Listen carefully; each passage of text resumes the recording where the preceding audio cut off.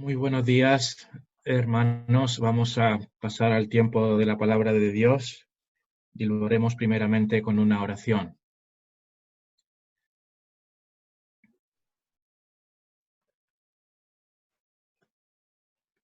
Señor, nos ponemos en tus manos en este momento porque sabemos que no oiremos a menos que sea tu Espíritu Santo el que nos haga oír. No entenderemos a menos que sea tu Espíritu el que nos haga entender, porque tú das ojos al que no ve, Señor, y oídos al que no oye. Por eso te suplicamos tu misericordia para que tu verdad sea aplicada a nuestra vida de una manera real y haya una transformación en nuestra vida. Gracias por el privilegio de estar unidos por este medio, aunque no es lo ideal, pero al menos poder vernos, Señor, y escucharnos unos a otros en torno a tu palabra. Bendícenos en el nombre de Jesús. Amén. Muy bien, pues la semana pasada estuvimos en Primera de Tesalonicenses, capítulo 4, y hoy vamos a seguir ahí, y en esta ocasión vamos a centrarnos en los versículos 11 y 12 que aparecen en la pantalla, y lo primero que haremos será leer estos dos versos. Dice la Biblia en Primera de Tesalonicenses 4, del 11 al 12, lo siguiente: y que procuréis tener tranquilidad y ocuparos en vuestros negocios y trabajar con vuestras manos de la manera que os hemos mandado, a fin de que os conduzcáis honradamente para con los de afuera y no tengáis necesidad de nada. Es bastante fácil darse cuenta de que las cartas del apóstol Pablo a los tesalonicenses nos hablan bastante de los deberes de la vida cristiana. Son cartas que nos hablan mucho de los deberes de los creyentes y lo que han de hacer en sus vidas. Al apóstol Pablo le preocupaba bastante la conducta, el testimonio personal de los cristianos. La semana pasada vimos la importancia de la santidad en las relaciones íntimas de pareja, los que pudisteis escuchar, y hoy vamos a ver otro asunto práctico que tiene que ver con la importancia de vivir en tranquilidad y ocuparnos de nuestros trabajos. Vivir en tranquilidad, con tranquilidad, nuestro día a día, ocupándonos en nuestras labores. Este es el tema de hoy. Este texto que tenemos en pantalla, Primera de Tesalonicenses 4, versículo 11 y 12, nos enseña al menos tres características que todo creyente debe tener. Y la primera de ellas es que el cristiano debe vivir una vida tranquila, evitando los problemas. El cristiano tiene que vivir una vida de calma, evitando los problemas. Claramente el versículo 11 dice: y que procuréis tener tranquilidad. Que procuréis tener tranquilidad. El cristiano ha de hacer todo lo que está en su mano para vivir un día a día tranquilo, sin problemas, tener una vida tranquila. El objetivo aquí, el énfasis, es una vida de calma, sin peleas, especialmente con lo que tiene que ver con las relaciones de gente de fuera. Podríamos mencionar, por ejemplo, nuestra convivencia con los vecinos, con los compañeros de trabajo, con cualquier persona, en el fondo, con las instituciones, con la administración, con todos aquellos que nos rodean y, por supuesto, con los hermanos de la Iglesia, ¿no? Faltaría más. El énfasis es que la vida del cristiano ha de ser una vida discreta, que no salte a la vista por estar creando polémicas. Tenemos que tener vidas tranquilas. En otras palabras, el creyente no ha de ser problemático, no tiene que tener problemas con la gente y no debe llamar la atención por estar metidos en líos. Hay personas que se meten en líos. Los cristianos no han de meterse en líos. Eso es un mal testimonio. Tenemos que evitar cualquier problema con la gente de afuera y vivir vidas en paz, vidas tranquilas. Este es el mandato apostólico. Dice aquí el texto que procuréis tener tranquilidad. Esa expresión, procuréis, nos viene a decir que tenemos que hacer todo lo posible, que de hecho se nos habla de la expresión, los comentaristas hablan de la expresión que tengamos la ambición de tener una vida así. Ha de ser nuestro objetivo tener una vida tranquila, sin polémicas, sin problemas, sin contiendas con nadie.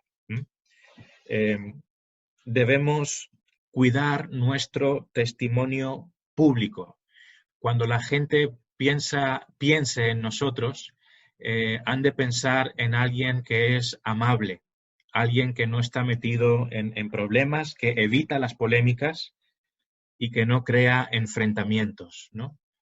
Quizá podríamos pensar en alguna persona de nuestro entorno y solamente pensar en ella ya se nos viene a la mente, este hombre es que es un problema porque siempre está creando malas situaciones, ¿no?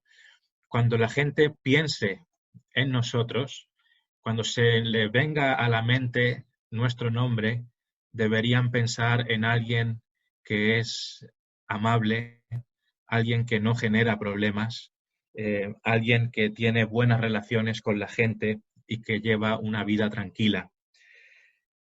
Este es un mandato, recordemos, de Dios y es un mandato apostólico.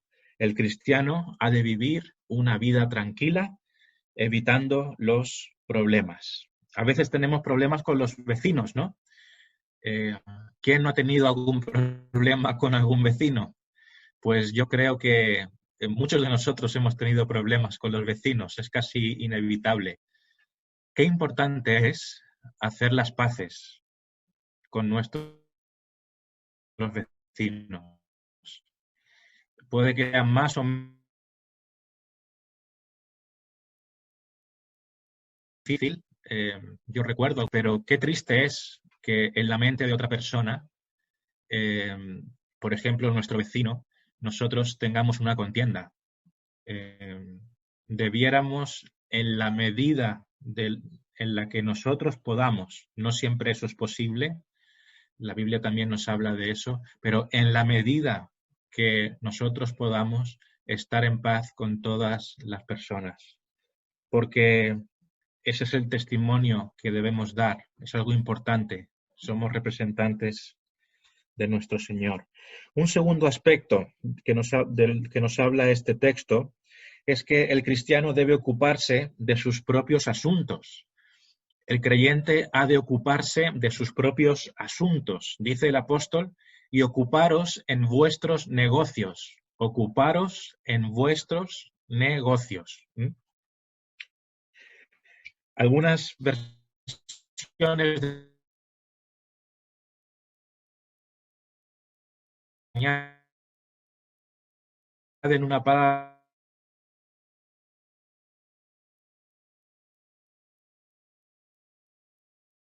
que dos connotaciones, dos matices. El primer matiz es que el creyente no debe meterse en los asuntos de los demás. Tiene que ocuparse de sus propios negocios y no estar metiéndose en asuntos ajenos. Ese es el primer matiz. Pero el segundo matiz, que es evidente, es que el cristiano ha de ser trabajador. Pero las dos ideas están implícitas en esta expresión. Ocuparos en vuestros negocios. Las dos ideas están implícitas. La primera, no meternos en asuntos ajenos, sino ocuparnos de lo nuestro, preocuparnos de nuestros negocios, no de los negocios ajenos, no meternos en la vida de los demás. Pero, al mismo tiempo, la expresión está hablando claramente de que trabajemos, que seamos trabajadores. Y esa idea del deber de trabajar está presente también en el resto del versículo 11 y en el versículo 12, además de, por ejemplo, en Segunda de Tesalonicenses también se nos habla del deber de trabajar. Entonces, esas dos cosas están dentro de esa expresión. Ocuparos en vuestros negocios. Y en cuanto a el primer matiz, en cuanto a que los creyentes debemos ocuparnos de nuestras cosas, esa expresión está vinculada con lo que hemos dicho al principio, porque en la medida que no nos metamos en asuntos ajenos, vamos a tener tranquilidad. Porque existe una relación entre vivir una vida tranquila y no meternos en asuntos que no nos corresponden, ¿verdad?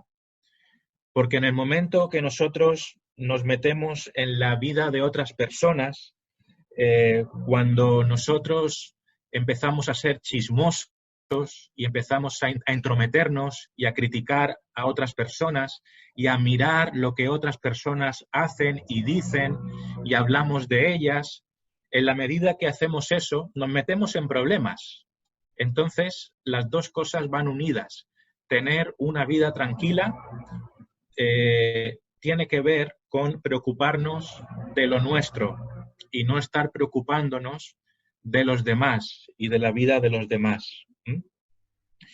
Entonces, esta expresión, ocuparos en vuestros negocios, tiene una lección muy sencilla.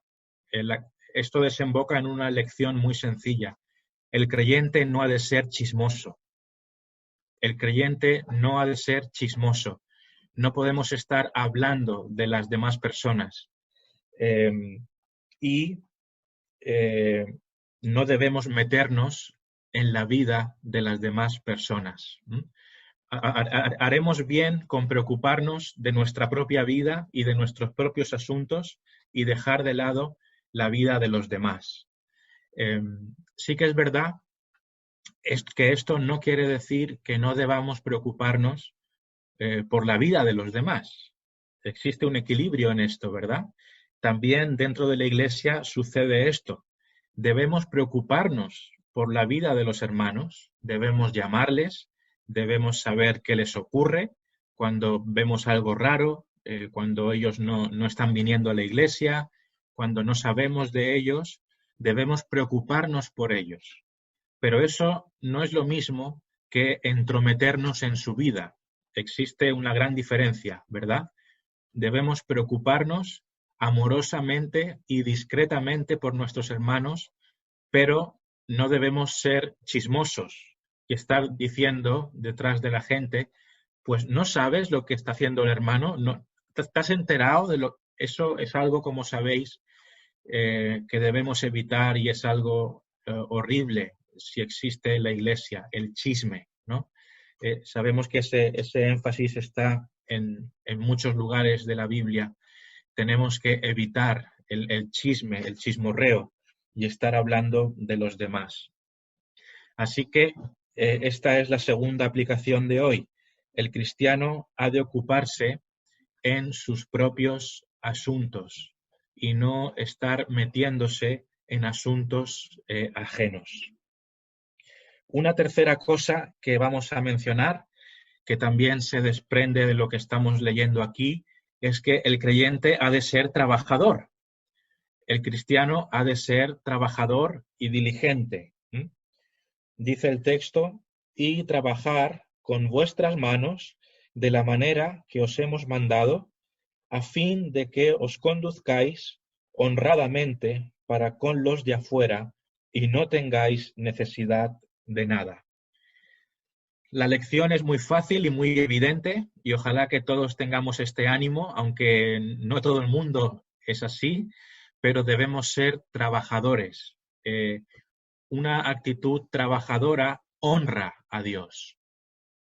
Yo sé que no solemos pensar en esto Y por decirlo así, la virtud de ser trabajador la tienen muchas personas, no necesariamente cristianas. Es una característica que está presente en la conciencia del ser humano de por sí.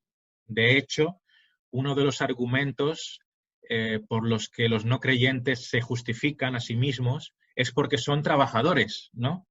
Soy trabajador, no hago universalmente la idea de ser trabajador está reconocida como una buena virtud, ¿verdad? Pero nosotros debiéramos darle un enfoque diferente, y es que nuestro trabajo duro, que lo debemos hacer, debemos trabajar duramente, debemos ser esforzados, deberíamos hacer esos esfuerzos sabiendo que es un mandato de Dios. O sea, debemos trabajar pensando que al trabajar y al esforzarnos estamos honrando a Dios, porque estamos obedeciendo un mandato.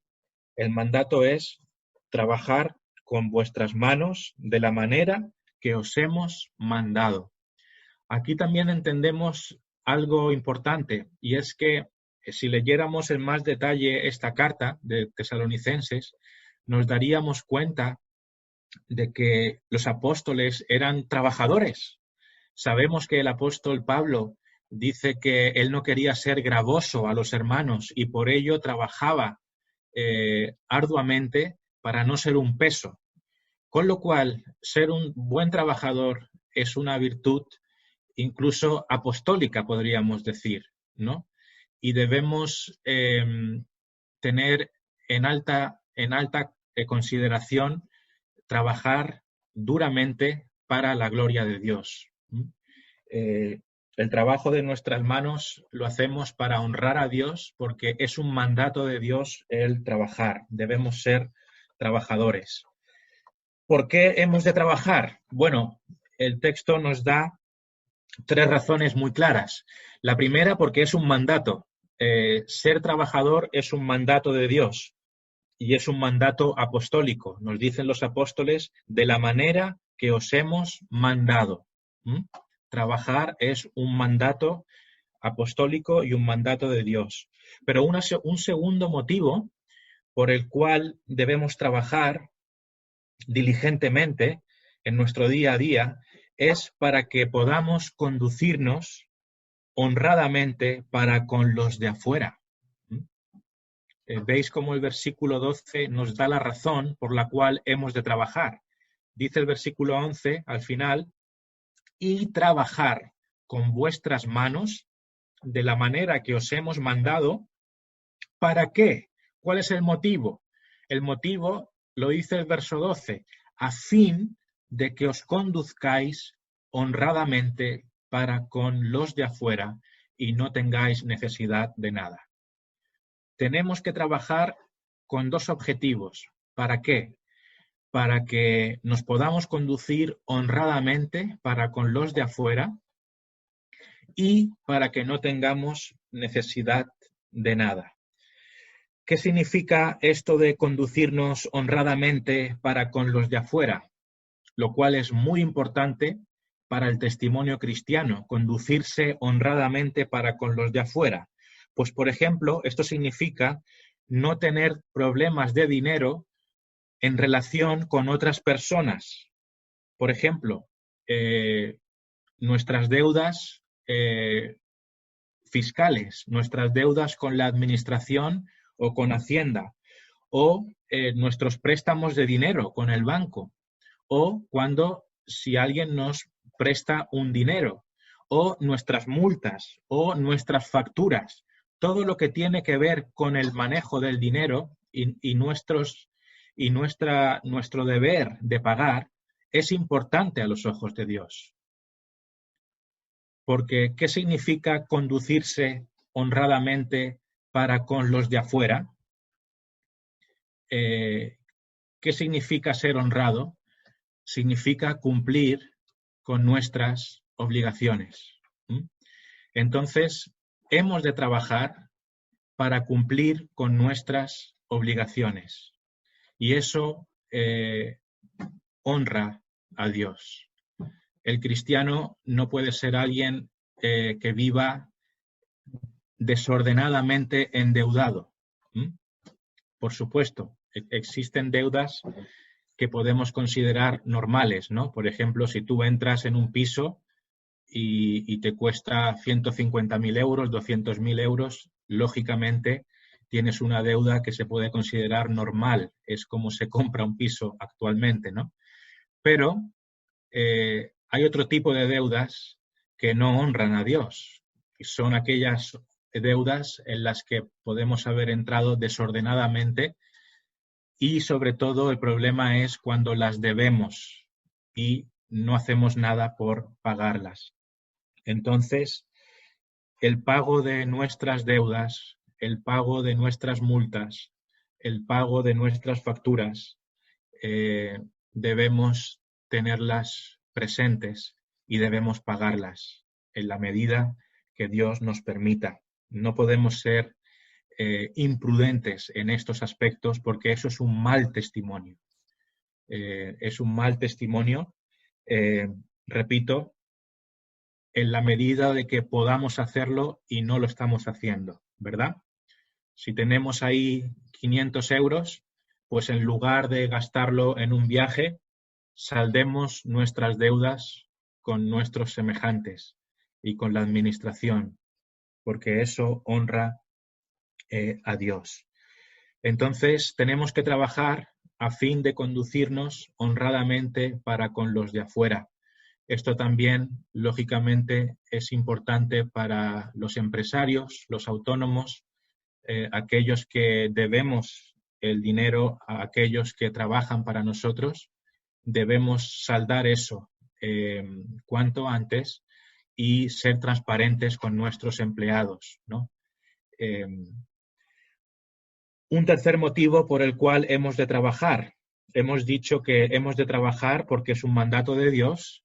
Hemos de trabajar para conducirnos honradamente con las personas, pero también hemos de trabajar para no tener necesidad de nada. Eso es algo evidente y básico. Debemos proveer para nuestras familias. Por lo tanto, eso lo hacemos trabajando. En resumen, ¿qué nos está enseñando el apóstol Pablo? Nos está mandando a vivir una vida ordenada. La semana pasada nos mandaba vivir una vida ordenada en lo íntimo. Hoy nos está enseñando a vivir una vida ordenada también en lo público y en nuestros deberes con las personas que están a nuestro alrededor. Una pregunta interesante, ¿por qué Pablo hacía este énfasis en sus cartas a los tesalonicenses? Pues la razón es que existía un problema en esta iglesia. Esto lo vemos claramente en 2 de Tesalonicenses 2, del 10 al 11. Es la segunda carta, ¿vale? Hemos estado mirando hoy la primera carta a los hermanos de Tesalónica, pero si echamos un vistazo a la segunda carta, solo un segundito, nos vamos a dar cuenta qué problema existía. Y esto nos va a dar mucha luz. Fijaos, 2 Tesalonicenses 2, del 10 al 11, nos dice esto. 2 Tesalonicenses 2, perdón,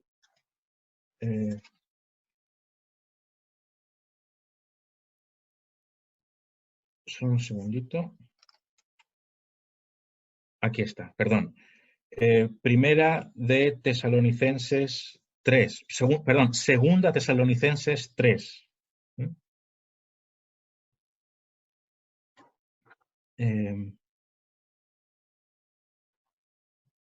Exacto. Segunda de Tesalonicenses 3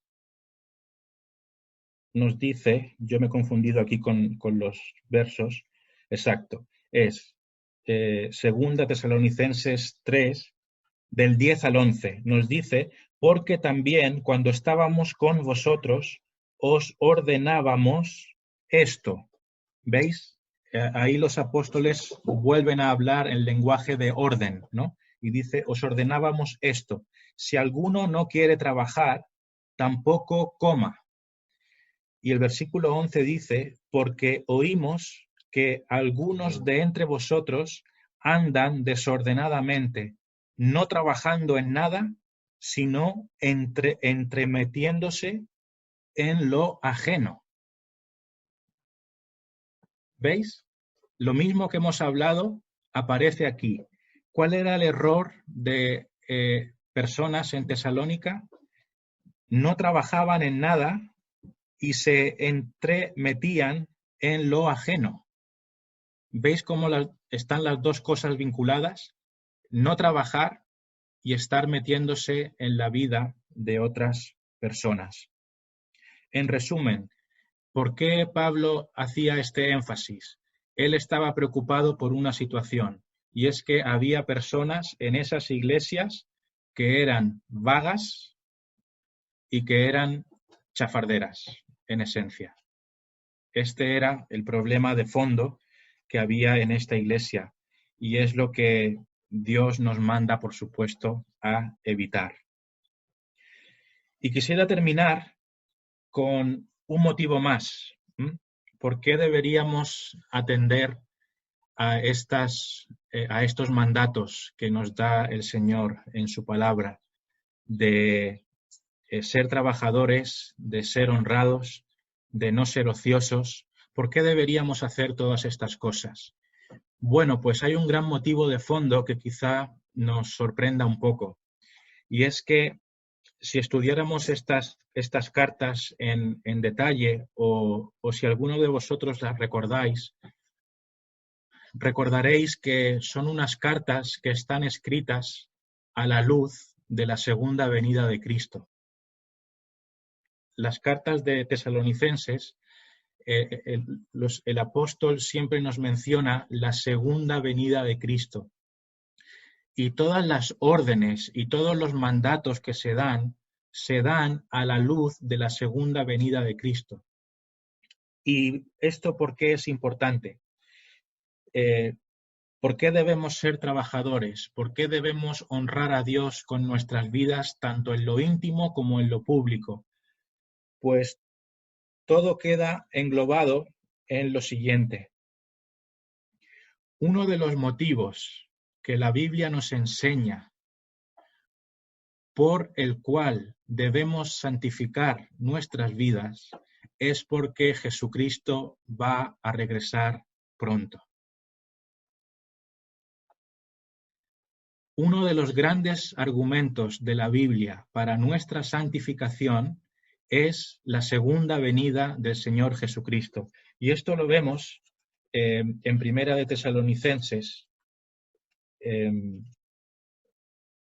también, porque Primera de Tesalonicenses nos dice en el capítulo 3, versículos 12 y 13, y el Señor os haga crecer y abundar en amor unos para con otros y para con todos, como también lo hacemos nosotros para con vosotros, para que sean afirmados vuestros corazones, irreprensibles en santidad, delante de Dios nuestro Padre, en la venida de nuestro Señor Jesucristo, con todos sus santos. Es verdad que este verso 12 y 13 está apuntando a la obediencia en cuanto al amor. Aquí se está mencionando un aspecto de la santidad o de la santificación que tiene que ver con el amor cristiano. Dice aquí, y el Señor os haga crecer y abundar en amor unos para con otros. Lo que se tiene en mente ahí es el crecimiento espiritual, la santificación en amor.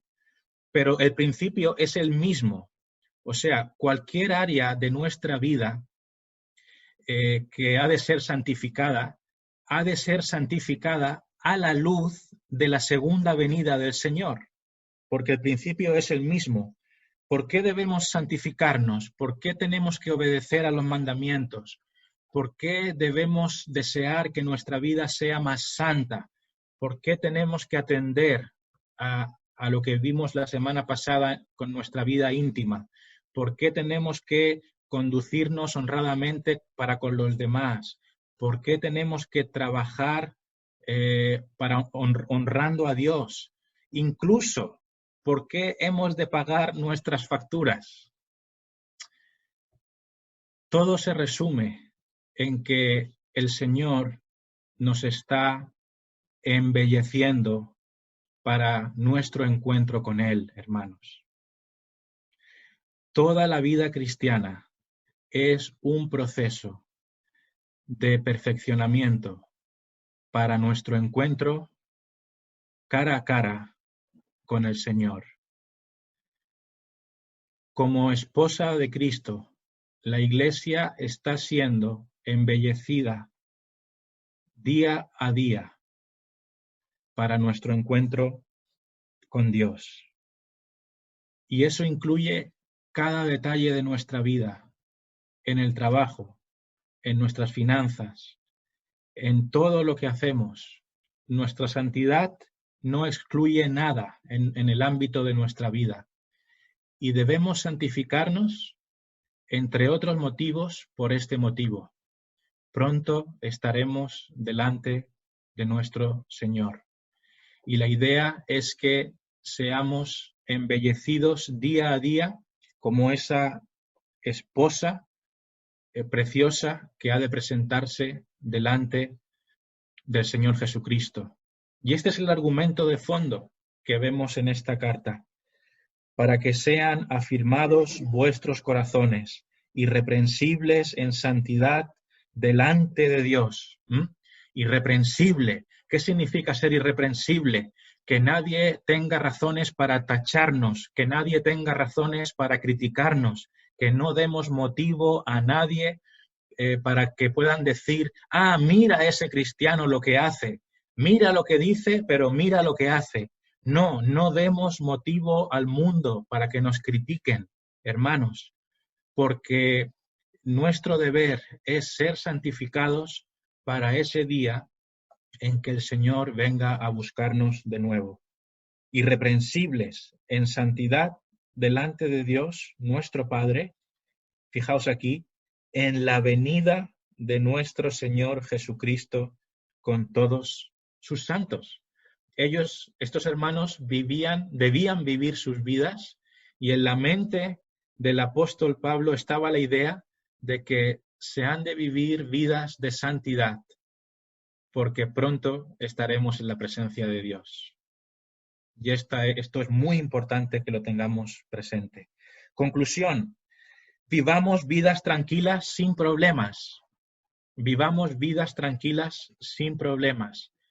Pasemos desapercibidos. Eso es lo que tenemos que hacer. No tenemos que ir levantando polémicas. Debemos ser ciudadanos que pasemos desapercibidos porque no creamos problemas. Debiéramos ser ejemplos. Hay personas que no tienen a Dios en su corazón y aún así son ejemplos de conducta. ¿Cuánto más un hijo de Dios debiera ser un ejemplo de conducta irreprensible? Es vergonzoso que un creyente dé un testimonio por debajo de aquellos que no conocen a Dios. Así que demos buen testimonio.